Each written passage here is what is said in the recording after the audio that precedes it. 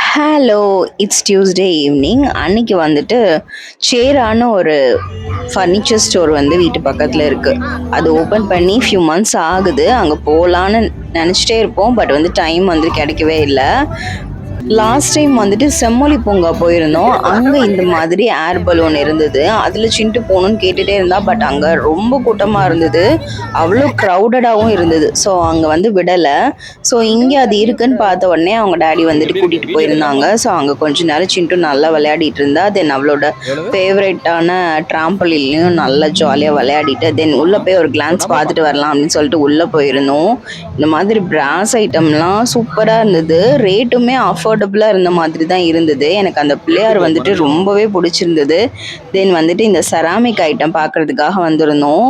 செம சூப்பராக இருந்தது. நான் கையில் வச்சுருக்கிற அந்த டீ பாட் வந்துட்டு நான் வாங்கியிருந்தேன். ரொம்ப சீப்பாக இருந்தது. நல்ல ஆஃபர் ப்ரைஸில் இருந்தது. தென் நான் இந்த கையில் வச்சுருக்கிற பிள்ளையாரும் ஒன்று வாங்கியிருந்தேன். இதெல்லாம் வாங்கிட்டு அப்படியே வீட்டுக்கு கிளம்பியாச்சு.